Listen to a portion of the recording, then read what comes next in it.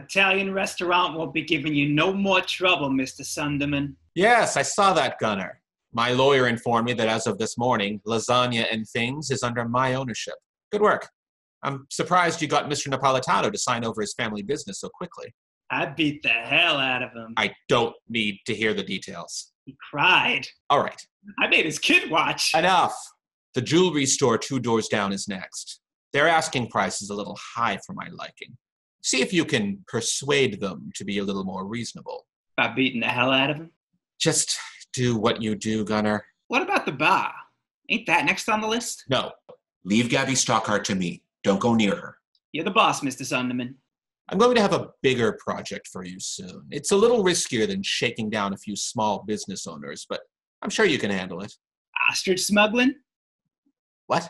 Is it an ostrich smuggling? Ostrich smuggling? Why the hell would it be ostrich smuggling? Just a guess.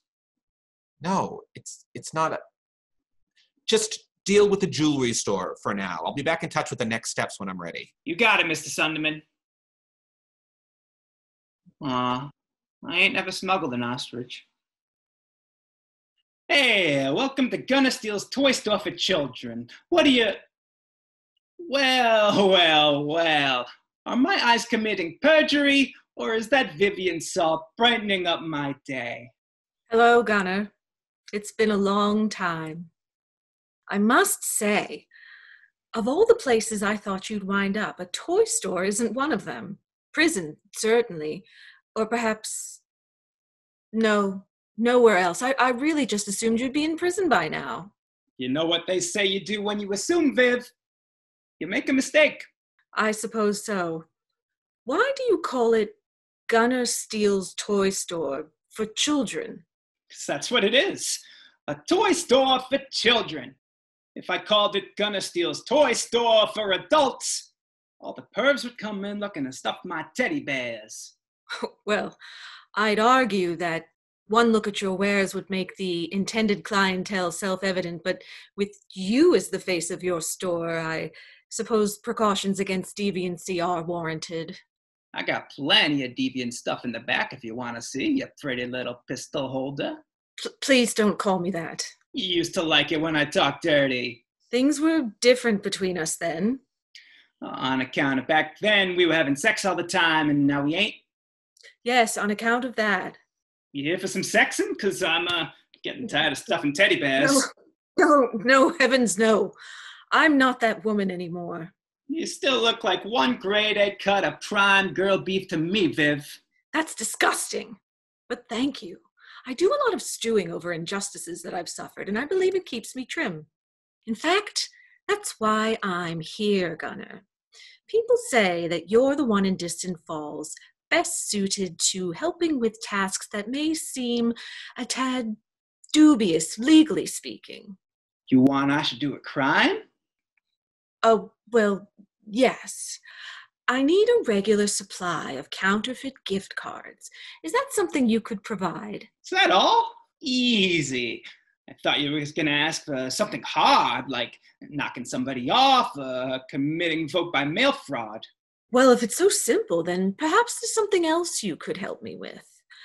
I need someone investigated to see if there's any leverage to be uncovered. To speak as plainly as you, dear Gunner, I want blackmail material. Now we're talking. You want something they really did, or you want me to frame them for something I did? How delightfully accommodating. You can do that? Oh, sure. I got a backlog of bad stuff that needs pinning on somebody.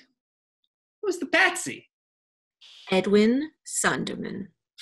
No can do. Sorry, Vivi baby, I can stuff you with so many counterfeit cards they push your IOD out your fun hole, but I can't touch Mr. Sunderman. First, your imagery is as evocative as it is revolting. And second, why on earth not? I got what you might call a pre-existing relationship with Mr. Sunderman. He keeps this place in toy trains and baby dolls. Unless you can match what he's paying, and if I remember your family's decline in fortunes correctly, you can't. How dare you invoke the Salt family's misfortune? I insist you tell me what business Mr. Sunderman has with the likes of you. Sorry, Viv. Client crook confidentiality. Don't make me add you to my list of enemies I vowed revenge upon, Gunner. For the sake of our past relationship, if nothing else, I implore you, help me? Ah, damn, Viv. I wish I could, but my hands is tied. Not literally like the guy from the Italian restaurant, but all the same. Fine. I'm adding you to my enemies list. Right below Edwin Sunderman, and right above the cashier at the supermarket who told me to stop pouring buttons in the coin star. You'll rue this day, Gunner Steele. I never stopped loving that woman. I'm sorry, that'll be $11.99. You need a bag?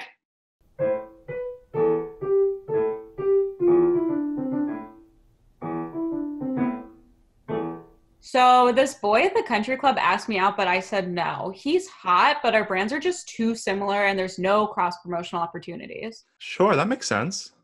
Yeah, and last week I flew to New York and I hooked up with this DJ, but she only dates exclusive lesbians, and I'm just trying to maintain 4-quadrant appeal. I don't know what that is. Oh, it stands for disc jockey. It's just like a person that plays music. What about you, Elvin? Are you dating anyone?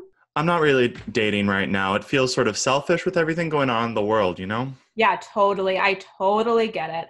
I mean, there's just like no room for anyone else right now. We need to focus on ourselves. That's pretty much the opposite of what I just said. No, it's not. You focusing on yourself means helping other people out because that's exactly what you're about. And me focusing on myself means becoming incredibly famous to go with how incredibly rich I already am, because that's what I'm all about. We're exactly alike, Elvin. Huh. I guess I never thought of it that way before. Do you remember that picnic we took to the falls when we were kids? Sure. That was such a fun day. Your father and my mother hardly fought at all. How old are we? I was 6, so you were 8. You spent half the day picking up litter. And you passed out these little headshots of yourself to the other picnickers. Come to think of it, that was most of the litter. My mother made all this food. Which my mother wouldn't let me eat because your father paid for it, so she and I foraged for dandelions. Things were so much simpler back then when my mother was alive. I'm sorry. Aunt Angela was the best. Yeah.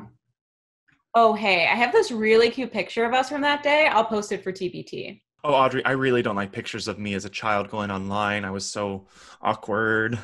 Oh, yeah, I was going to crop you out anyway. Oh. And done. I am so adorable. Hey, when are we doing brunch? I'm a little broke right now. Do you want to come over for dandelions? I could treat my favorite cousin to brunch, Elvin. Are you getting money from your social media? Finally? Congratulations. No, I thought Diva Vodka was going to sponsor me after I posted a video of myself shotgunning an entire liter, but then I accidentally posted another video of myself throwing it all back up into the same bottle, and they actually sent me a cease and desist. Sorry. No, it's totally fine. Some people are into that, so I actually got a bunch of more followers. We'll just use daddy's money. That's what it's for. Oh, mother wouldn't like that. So don't tell her. Oh, sure. Like I can just lie to mother. Good one, Audrey. No, yeah, you totally can. I lie to my father like all the time. Really? Yes. Kids lie to their parents. Get out of here. It's true.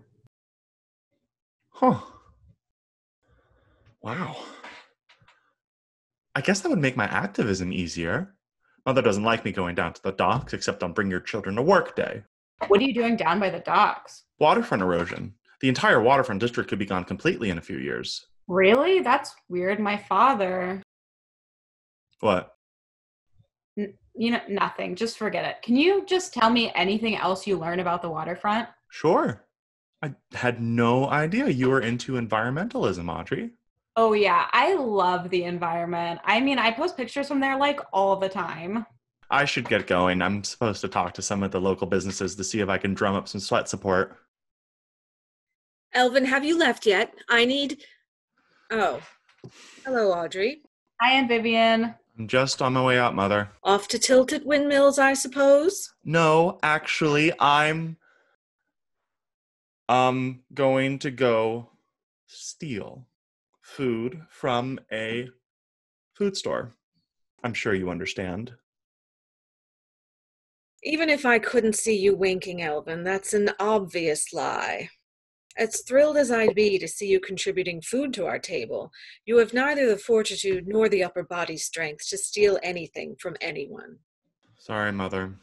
Goodbye, Audrey. Later. So how are you, Aunt Vivian? Audrey, as the only child of my late and lamented twin sister Angela, I've always been fond of you. However, as the only child of my despised and detested mortal enemy Edwin, the merest thought of you brings bile to my throat.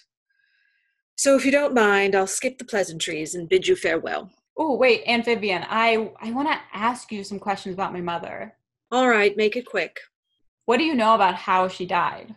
She died from childbirth complications. Apparently, you had very sharp fetal toenails that scratched her uterus on the way out, causing undetected internal bleeding, which took her life 18 years later. I blame your father, of course.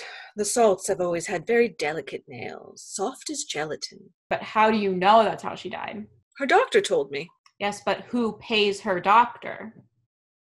If you're going to flaunt your health insurance in my face, Audrey, then this conversation is over. No, Aunt Vivian, I think my father had something to do with my mother's death, and I need you to help me prove it. My darling niece, blood of my blood. Please, tell me more.